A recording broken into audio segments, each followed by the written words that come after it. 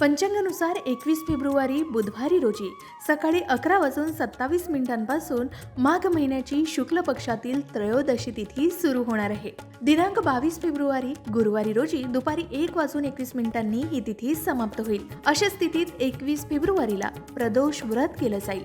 या दिवशी भगवान शिव आणि माता पार्वतीची पूजा केल्यानं भौतिक सुखाची प्राप्ती होते असं सांगितलं जातं. शिवाय वैवाहिक जीवनातील त्रास दूर होतात आणि वैवाहिक जीवनात आनंद आणि प्रेम वाढतं. कौटुंबिक सुख सुद्धा प्राप्त होतं. जीवनातील संकटांपासूनही मुक्ती मिळते.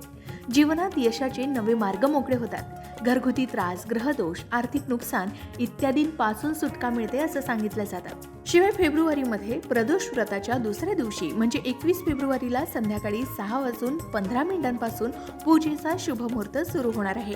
त्याचवेळी पूजा शुभमुहूर्त 8:47 समाप्त होणार आहे.